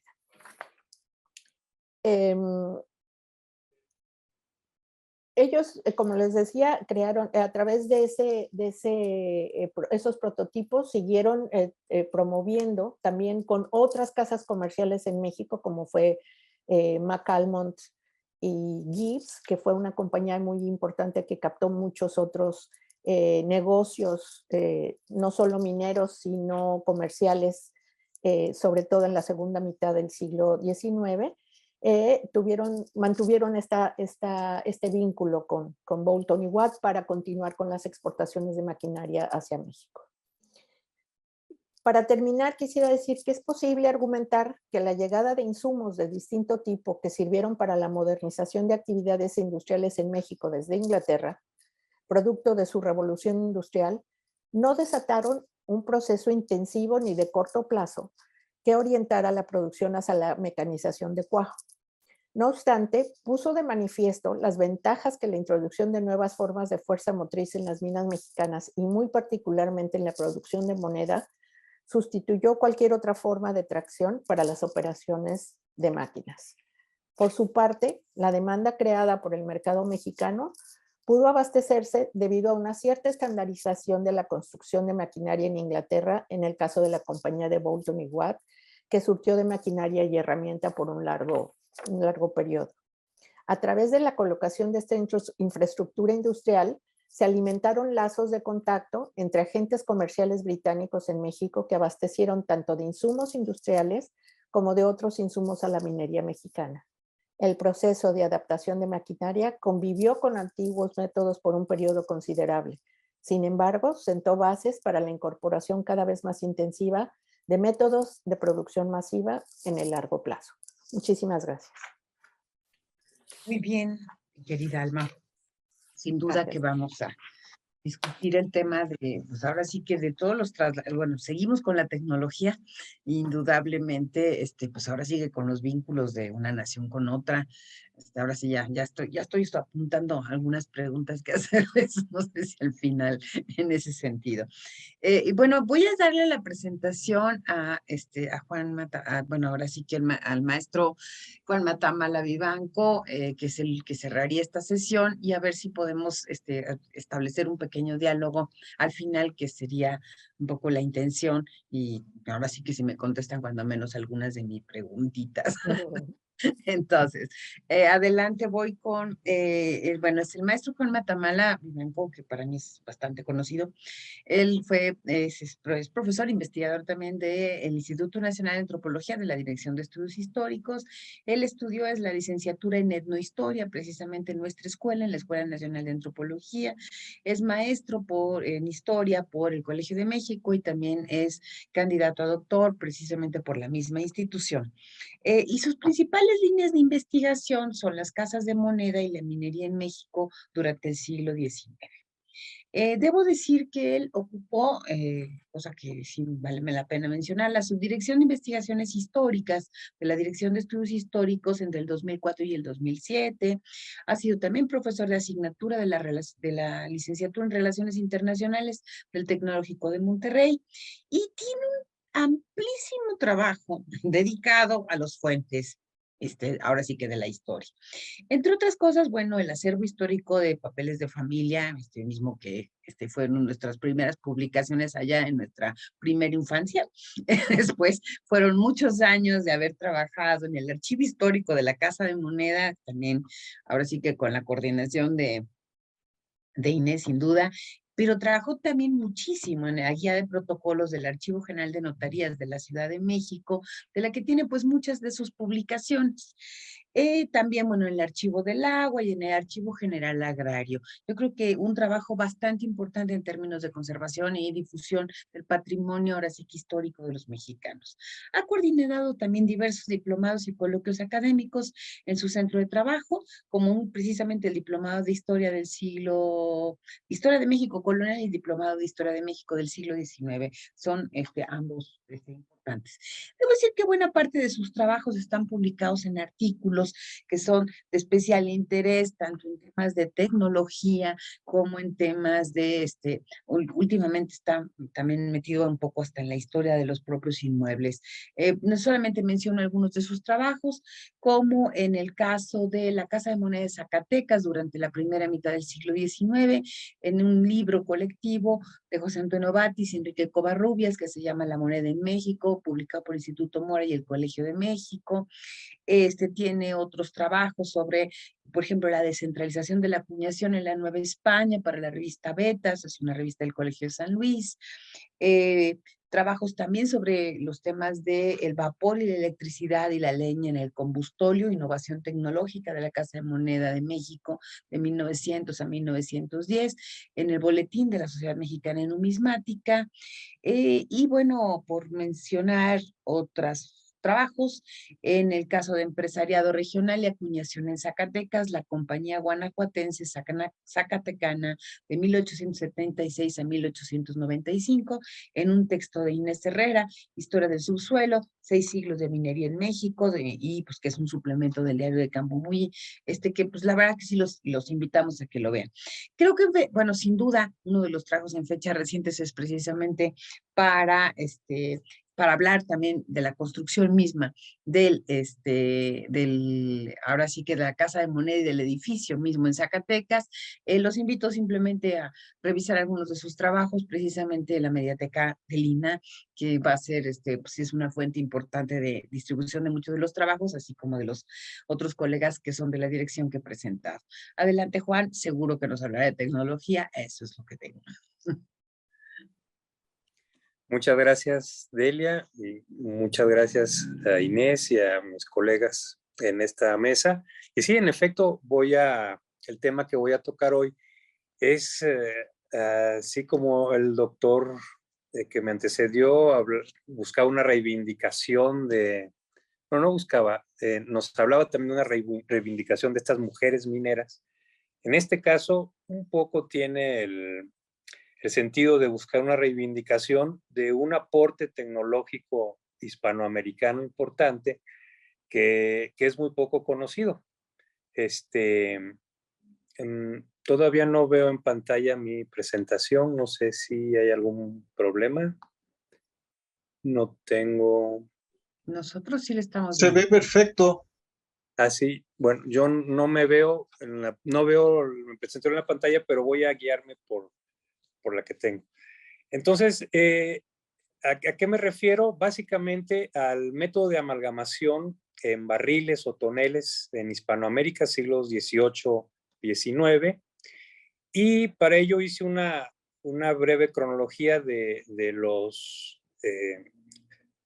tratados impresos o manuscritos más relevantes sobre este tema, incluido el que, gracias a una plática con la doctora Inés Herrera, poniéndonos de acuerdo para este conversatorio, me habló y leí su artículo sobre el sistema Cronque, desarrollado en Chile hacia finales del 19 y principios del 20, que precisamente a principios del 20, como ella expresó en su exposición anterior, estaba en uso todavía en minas sobre todo de Pachuca, de México.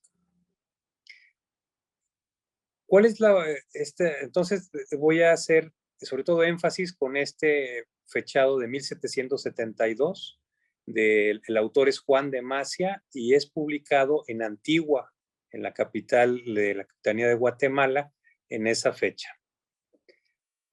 ¿Por qué me parece relevante? Bueno, porque además de los tradicionales métodos de amalgamación en patio y de caso, el de los barriles o toneles, digamos que tuvo mucho menor difusión, su aplicación fue menos exitosa, pero no por eso menos relevante historiográficamente y para las políticas de finales de los Borbones, de finales del siglo XVIII.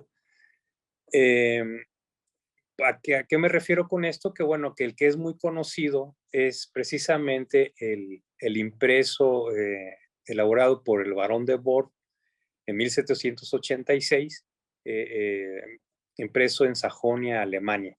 Y es realmente al que la historiografía le ha dado mucho estudio, se ha estudiado todas las expediciones que hubo hacia la Nueva España, a la Nueva Granada, sus efectos, sus éxitos, ¿sí? Y poco se habla de Juan de Macia. Cuando yo leí por primera vez el método de Juan de Macia, me pregunté, bueno, ¿de dónde le pudo haber surgido la idea? Él que no era un minero, él no era alguien dedicado a esa actividad económica, él era un oficial administrativo de España, en realidad era el tesorero de la Caja de Guatemala y de la Casa de Moneda de Guatemala, y en alguno de su correspondencia encontré que tenía una amistad cercana con el director de la fábrica de pólvora de Guatemala. Entonces me metí a investigar sobre la fabricación de la pólvora y encontré que, por ejemplo, en el empleo de toneles en la fabricación de la pólvora, se había planteado y se usaba mucho antes de que se propusiera para la amalgamación.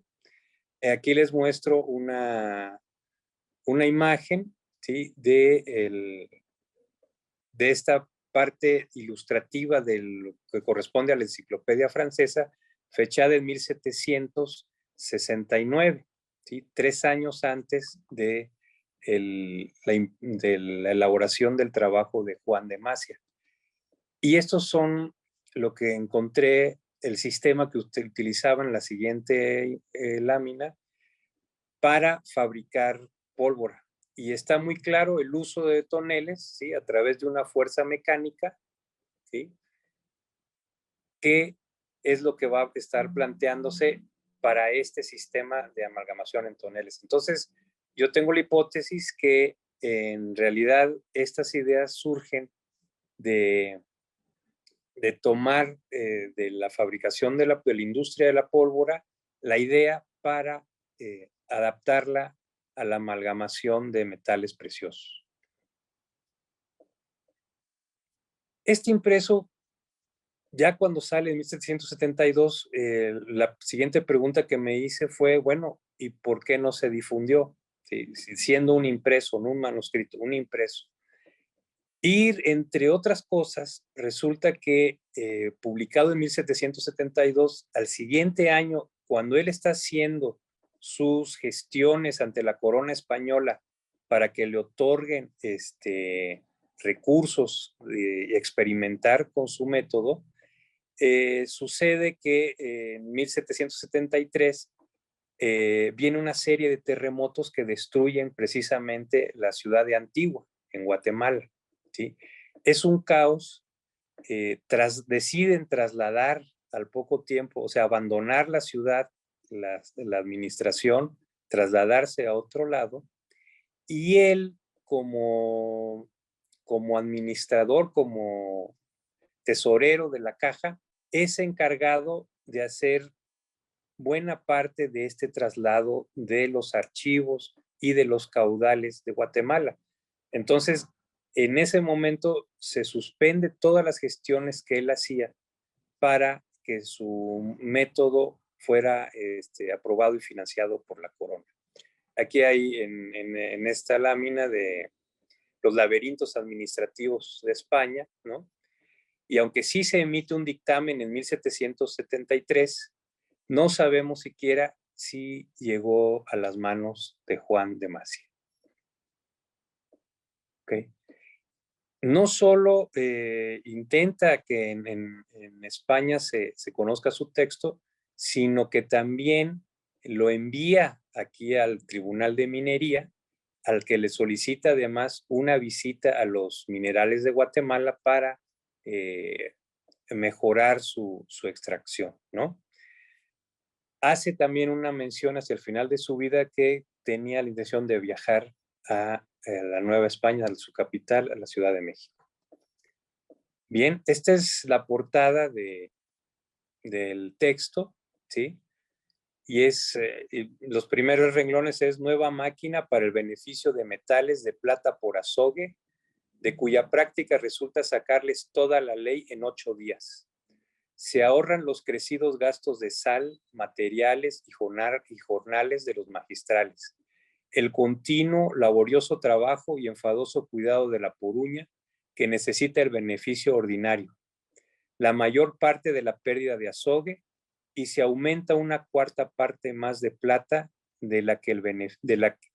una cuarta parte más de plata respecto al beneficio ordinario, Y aquí les hago en la siguiente lámina un acercamiento al año de su edición, a los datos del impresor y a su nombramiento como tesorero oficial. Y entonces, en este mismo impreso viene un grabado, ¿sí? Que en realidad, si ustedes analizan desde temprano del siglo XVIII hasta el que nos mostró la doctora Inés Herrera de finales del 19, principios del 20 del método Cronque, el sistema, los fundamentos del sistema no varían, ¿sí? Son líneas de toneles, ¿sí? Que mediante cigüeñales y ejes están unidos a distintos mecanismos movidos por una fuerza motriz. En el caso de él, por ser Guatemala, donde hay muchas montañas, allá al fondo se alcanza a ver, no sé si lo distinguen ustedes en pantalla, es una cascada, ¿no? Es una fuerza hidráulica la que está proponiendo para que mueva todo el sistema de su invención. En la siguiente lámina vemos las portadas de las obras, tanto de Macia como de Born, que es la realmente famosa, es a quien se le ha atribuido la invención de este sistema de beneficio de amalgamación en toneles en frío, ¿no? Porque aquí no se usaba ningún tipo de calor, de fuego, ¿no? Y el fechado, el de Born, en 1786. Y al que las autoridades de la Nueva España van a invertirle decenas de miles de pesos de esa época para traer expediciones, grupos de mineros alemanes para intentar instalarlo en las minas de acá, pero al final resultó ser un rotundo fracaso.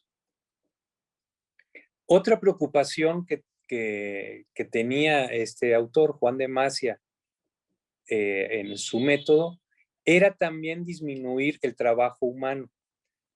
No precisamente quizá por lo que hoy pensaríamos por derechos humanos, por el bienestar de los trabajadores, sino en la reducción del costo.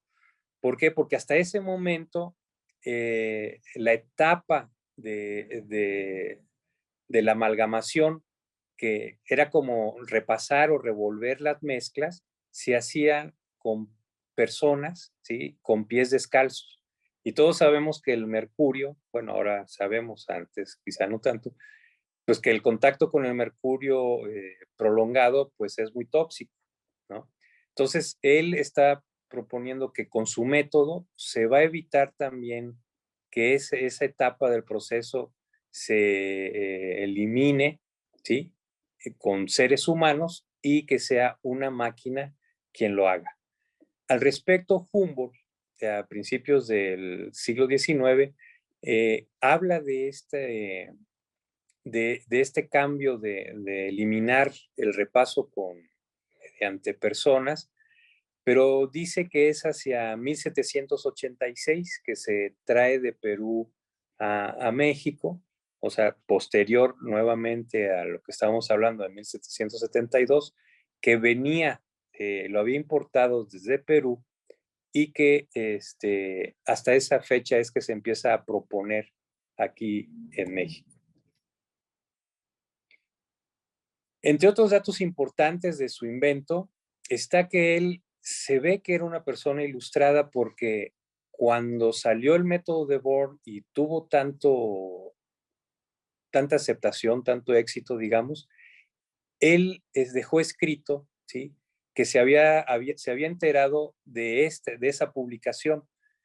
Y entre otras palabras dice, es un método que me quitaron los alemanes, así más o menos dice, ¿no? O sea, se queja de que a él no se le hizo caso y en cambio sí a los científicos alemanes. Su texto fue tan importante para Guatemala que hacia 1819, buscando una junta patriótica del beneficio de la minería, de mejorar la producción minera, encuentra este texto y lo reedita, ¿sí? Les presento aquí la primera página, la portada, que dice explicación de una máquina por movimiento de agua, ¿sí? Y está supuestamente por parte del tesorero de la Casa de Moneda, del director de la Casa de Moneda de Guatemala, don Manuel Eusebio Sánchez, ¿sí? Y está editado en 1819. Estamos hablando casi de medio siglo después de la edición. En esta página del texto que les acabo de presentar, en las últimas 6 líneas, le dan su reconocimiento a Juan de Macia, ¿sí?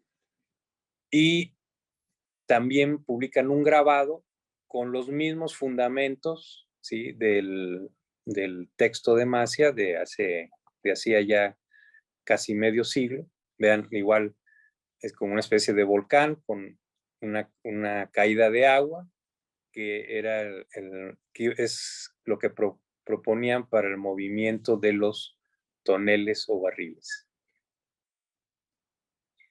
Y aquí, como decía la doctora Inés Herrera, es donde unimos nuestras exposiciones. ¿Por qué? Porque, como ya dijo ella, este sistema de Cronque, que es inventado en Chile, ¿sí?, retoma la tecnología de amalgamación por barriles, ¿sí? No estoy diciendo con esto que hayan visto el texto del que les he hablado, pero sí es el mismo concepto, es el mismo principio de que a través de los barriles, hacerlos girar, se propicia la amalgamación de metales. De acuerdo a las fuentes que cita la doctora Inés Herrera, está consignado que estaba todavía en uso a principios del siglo XX aquí en México, ¿sí? Y entonces tenemos junto con es un sistema que combina el molino chileno con la tecnología de la amalgamación por toneles, y utilizado aquí en el país, en México, donde podemos lograr unir estas dos vertientes tecnológicas. Y ya como consideraciones finales, yo propondría que el texto de Juan de Macia es historiográficamente, hasta el día de hoy, que esto es lo bonito de la investigación histórica, que casi nunca hay algo definitivo, siempre puede salir una nueva fuente que contradiga. El primero que propone la utilización de barriles en el proceso de amalgamación, convirtiéndose en un aporte hispanoamericano a la historia de la minería. Su poca difusión y conocimiento obedecen, a mi juicio, a diversos factores. 1, la fatal coincidencia entre su publicación y la destrucción de la antigua Guatemala. 2, la salida por enfermedad del círculo de poder administrativo al que pertenecía. ¿Por qué? Porque en este trabajo que hace él, el traslado de una capital a otra, a fundar una nueva capital, él enferma muy gravemente y se tiene que jubilar a los pocos años, a los 2 años de estos terremotos. Entonces deja de ser funcionario, es jubilado, pero ya sin el poder que le daba el ser el tesorero de la Caja Real y el director de la Casa y el tesorero de la Casa de Moneda de Guatemala.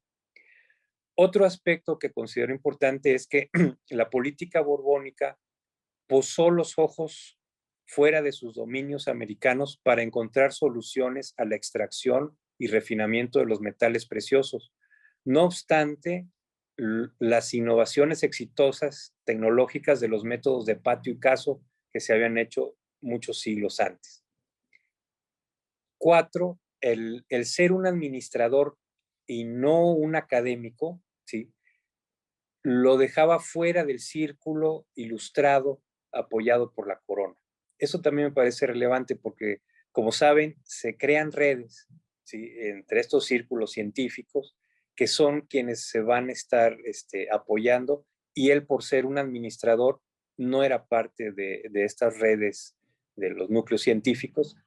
Y finalmente, este sistema Cronque chileno aplicado en México hacia inicios del siglo XX incorpora la vieja idea de la amalgamación en frío en toneles. Con esto yo concluiría y les agradezco mucho su atención. Gracias. Pues muy bien, hemos ahora sí que oído otro documento esencial para pensar un poco con la historia precisamente de la tecnología minera y de uno de los grandes temas que se ha estado trabajando en esta mesa, es que me parece que lo que ustedes han reflejado es que no se puede estudiar la historia de la minería sin la historia de sus vínculos con otras naciones. O sea, esta parte bueno, la verdad es que me atrevo a decir que si ustedes quieren preguntarle algo al otro, adelante, yo estoy encantada. Tengo algunas mini preguntas, no sé si sirvan para arrancar un poco este último momento. La verdad, todos sus trabajos, nos quedan solamente 20 minutos, pero yo creo que vale la pena un poco que pudiéramos, en parte hablar sobre algunos aspectos. De manera muy particular, como nuestro invitado es Sergio González, ¿no? Yo me pregunto abiertamente, bueno, así como ya hablamos del molino chileno en esta mesa, yo me pregunto, en su amplia trayectoria estudiando ahora sí que la historia chilena, ¿hay alguna aportación tecnológica ahora sí que de la Nueva España o de México hacia Chile? ¿Lo tiene alguna noción? Yo me pregunto un poco como en ese sentido. Bueno, obviamente su trabajo está mucho más ubicado, hasta donde entiendo, un poco más en la parte del desarrollo del trabajo, pues también de los trabajadores, ¿no? En este caso el salitre, pues. Pero bueno, me pregunto un poco como si hay estos vínculos también, ahora sí que en sentido inverso, o si los conoce, o si quiere, por supuesto, participar con respecto a las mismas presentaciones que hicieron los colegas. Adelante, ahora sí que al doctor Sergio, muchas gracias. Sí, sí, a mí me ha interesado mucho el desarrollo de la tecnología minera como señalaba, desde el periodo de la plata al periodo del salitre. Y es interesante porque las primeras experimentaciones, fue muy interesante para mí, bueno, las tres exposiciones, pero particularmente de ALMA por el tema del desarrollo industrial, porque justamente hay aquí un punto de inflexión en el salitre de este tipo de minería basada en los procesos de lixiviación a fuego directo, donde había una gran influencia de la tecnología de la plata, y que podríamos denominar como un proceso preindustrial. Eso a mediados del siglo XIX, en 1850, se empiezan a plantificar las primeras máquinas de vapor para la lixiviación en vapor, ¿cierto?, del salitre, y algunas de las innovaciones tecnológicas que se producen ahí son locales, ¿ah? Especialmente hay dos personajes, uno que es de origen inglés, que es George Smith, si bien él era minero de La Plata, que introdujo innovaciones en las primeras máquinas de salitre, y el otro es un chileno, un químico venido desde Valparaíso, que era Pedro Gamboni, digamos que... Y además quiero hacer una pequeña referencia, no sé si le interesará a Juan lo que voy a decir, pero Pedro Gamboni logra extraer el yodo de las aguas madres del salitre, ¿no? Y lo interesante es que el yodo se utiliza en los barriles, ¿ah? Los barriles es propio, digamos, también de la minería del yodo, que es un derivado del salitre. Bueno, evidentemente es diferente al sistema, digamos, de la amalgación, digamos, especialmente vinculada. Tenemos algún problema técnico, esperemos que ahorita se pueda oír. Estamos conectados ahora sí que en 3 países. Bueno, esperemos que pueda volverse a conectar. Seguimos. Mira, lo que tú preguntabas en relación a si hay un vínculo de un cambio, un intercambio tecnológico básico. El sistema de amalgamación de patio se extiende, se difunde tan rápidamente que, como viste en el siglo XVI en Potosí, ya está en las imágenes. El sistema de amalgamación de patio de México se extiende por todas las explotaciones mineras de América. Entonces, sí es importante, es uno de los elementos que se va a transmitir rápidamente en toda América. Hay varias preguntas que yo también quería hacerle a Sergio.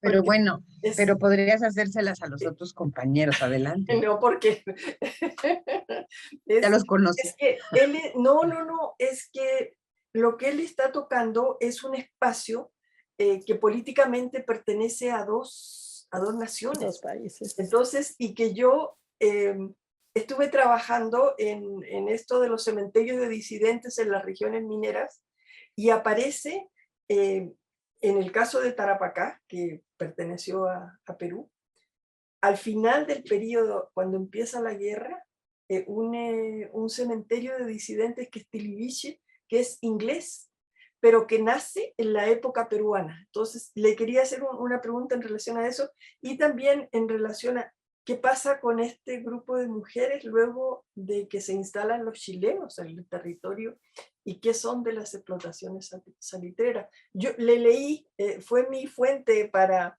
el trabajo de cementerios de disidentes ingleses, y él sí ve la situación, la historia de ambos países. De qué es lo que pasa antes de la llegada de los chilenos con la política, y lo nombró y dijo que hay una nacionalización, una pseudo nacionalización del salitre por parte de los peruanos, que es lo que va a crear el conflicto interno en Perú. En fin, bueno, ya me explayé antes de que me escucharas. Pues por ahí va misma mi pregunta a Alma, ¿no? Alma pues se centró mucho más en el tema de la inversión británica en México, ¿no? Entonces, y de estos traspasos tecnológicos, ya está entrando afortunadamente, Sí. pero me pregunto precisamente, pues bueno, los ingleses anduvieron ahora sí que por todos los lugares del mundo, y por supuesto han de haber llegado para abajo. Ay, Disculpen, se cayó el sistema, Sí. tengo muy mala señal, por eso que siempre estaba sin imagen, para así guardar.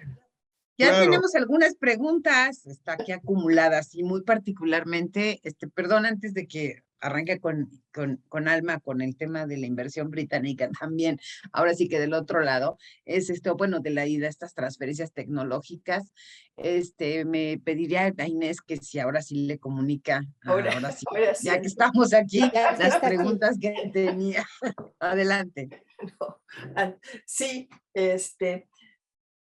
me gustó mucho tu exposición, porque hace poco tú has sido mi fuente de información para un trabajo que realicé hace poco tiempo, que va a salir publicado en Chile, con relación a los cementerios de disidentes en las regiones mineras.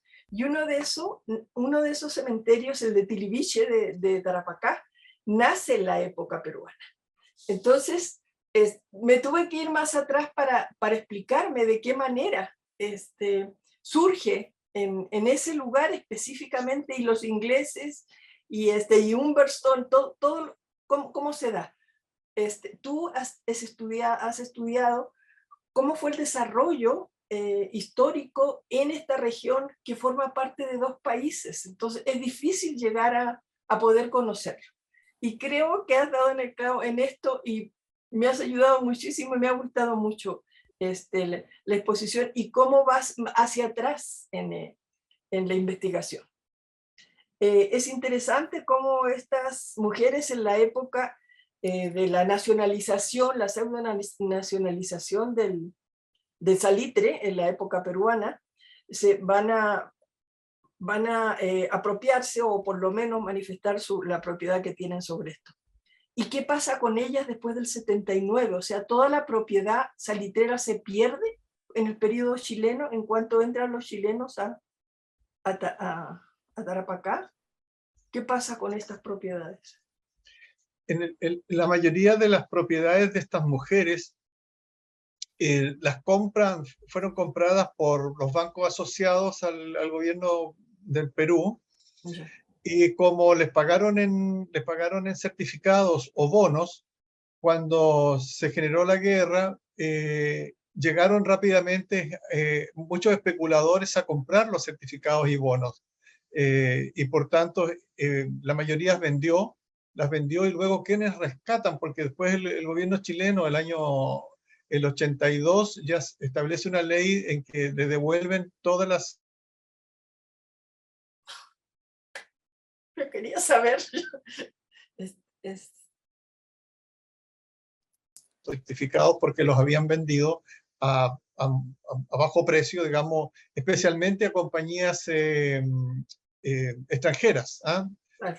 No necesariamente inglesa, pero la mayoría inglesa, pero también alemana, etc. Yo acabo de escribir un trabajo acerca de los habilitadores o aviadores que ustedes conocen ¿Sí? bien en el sistema minero, que Ajá. ya venían comprándoles a ellas y a otros mineros, ¿cierto? Su destacamento, sus propiedades desde la década del 60 en adelante. Así ¿Dónde que lo estas pu- mujeres prácticamente todas perdieron sus propiedades. es, Pues es, es una muchas. época álgida y muy interesante para conocer y Para- que se conoce poco. Tú eres uno de los que ha avanzado en estos de los pioneros. sí. Uy, Ay, la tecnología. Estamos a 10 minutos de que un poco como termine. Volví de nuevo, no sé hasta dónde eh, eh, expliqué, digamos, que la mayoría de estas mujeres perdieron sus propiedades en este proceso de ventas, digamos, de los certificados y bonos que recibieron del gobierno peruano. Ya. Alma, no sé si tú también quieres comentar algo sobre los trabajos y sobre en particular sí, no, del bueno, doctor. a mí me da mucho gusto. En parte quise retomar este tema que he trabajado con distintas, digamos, eh,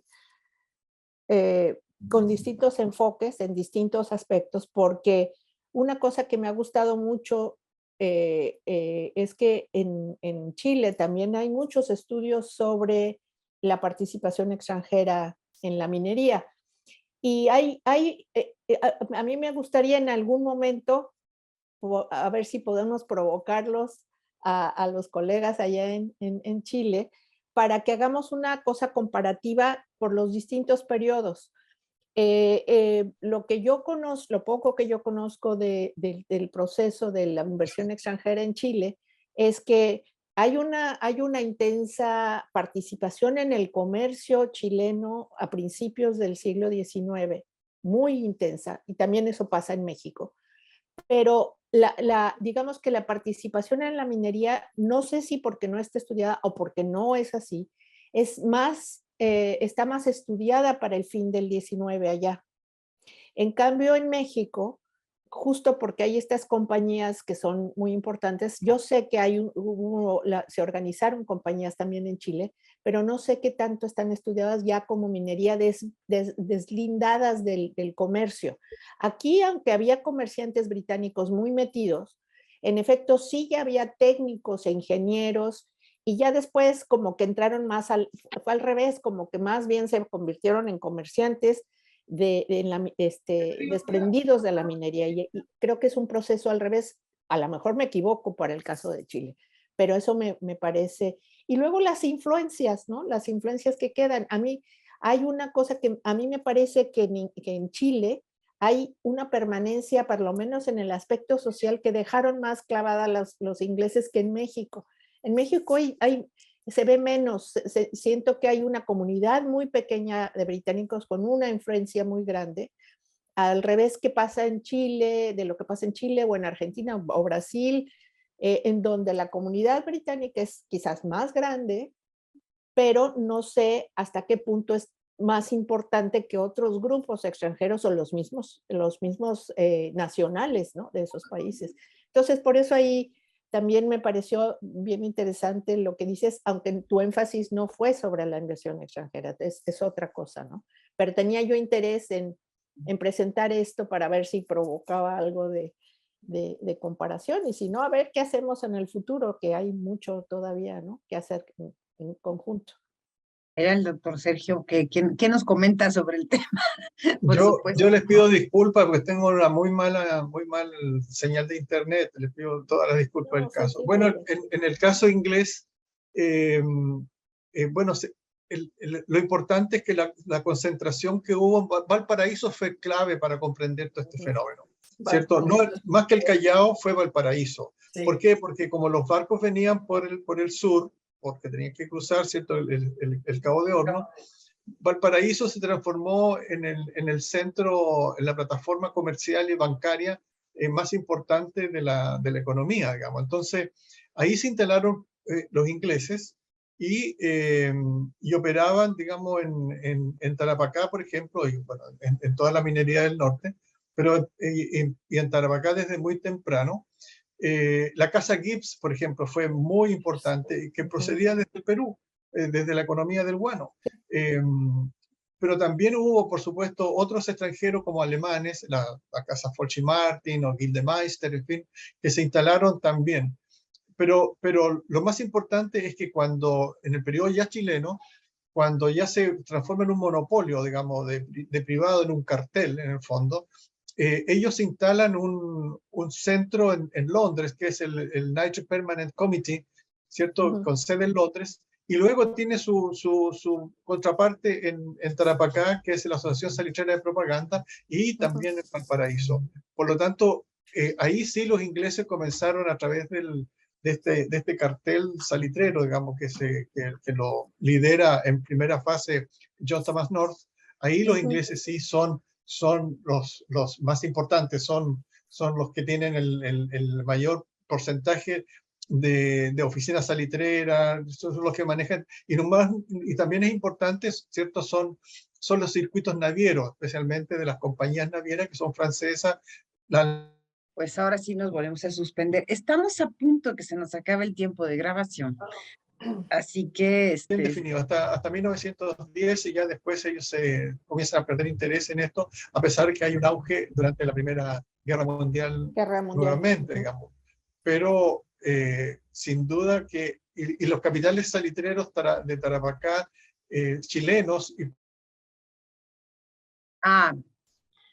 Creo que ahora sí tenemos problemas técnicos de comunicación, lo lamentamos muchísimo. A lo mejor sin imagen se escucha la voz. Entonces, pues si no nos logra escuchar porque estamos a punto de que se acabe el tiempo, a lo mejor valdría la pena también que Juan nos comentara un poco sobre lo que le han preguntado, lo que se ha comentado aquí también el propio profesor Sergio, un poco para poder cerrar esta mesa, porque ahora sí estamos sobre el tiempo.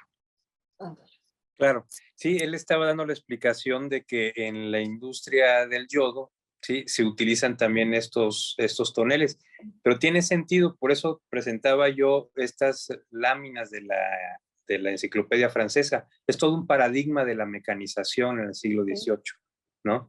Entonces, ¿por qué me enfoqué en la pólvora? Porque el mismo autor, Juan de Macia, tiene buena relación con el director de la Casa de la Pólvora allá en Guatemala. Y entonces, si hubo un vínculo, tuvo que haber sido por ahí, ¿no? Porque en Guatemala, por lo menos en lo que es Antigua, no había explotación de salitres, ¿no?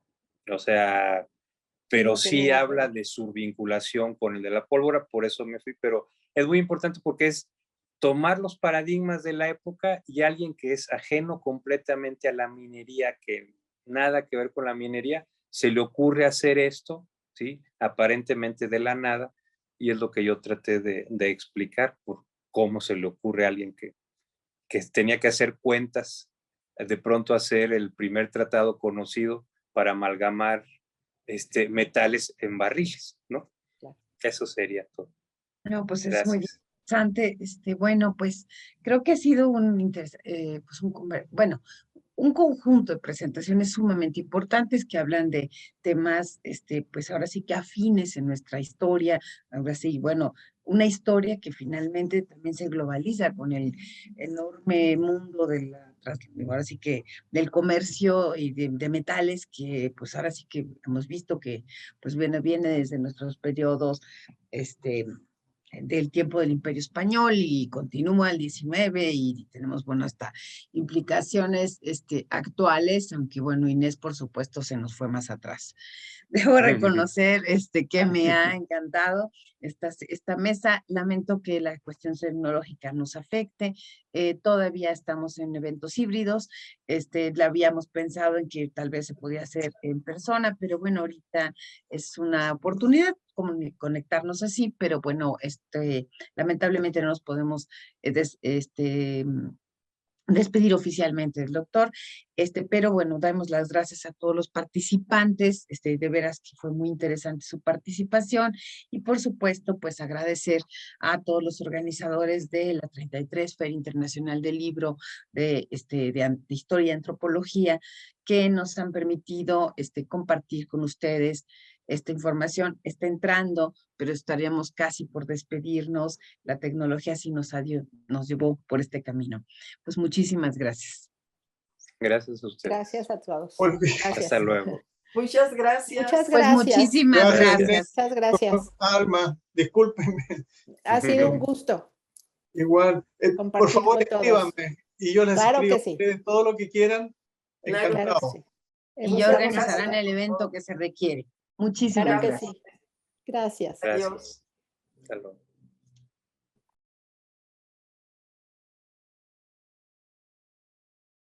Gobierno de México.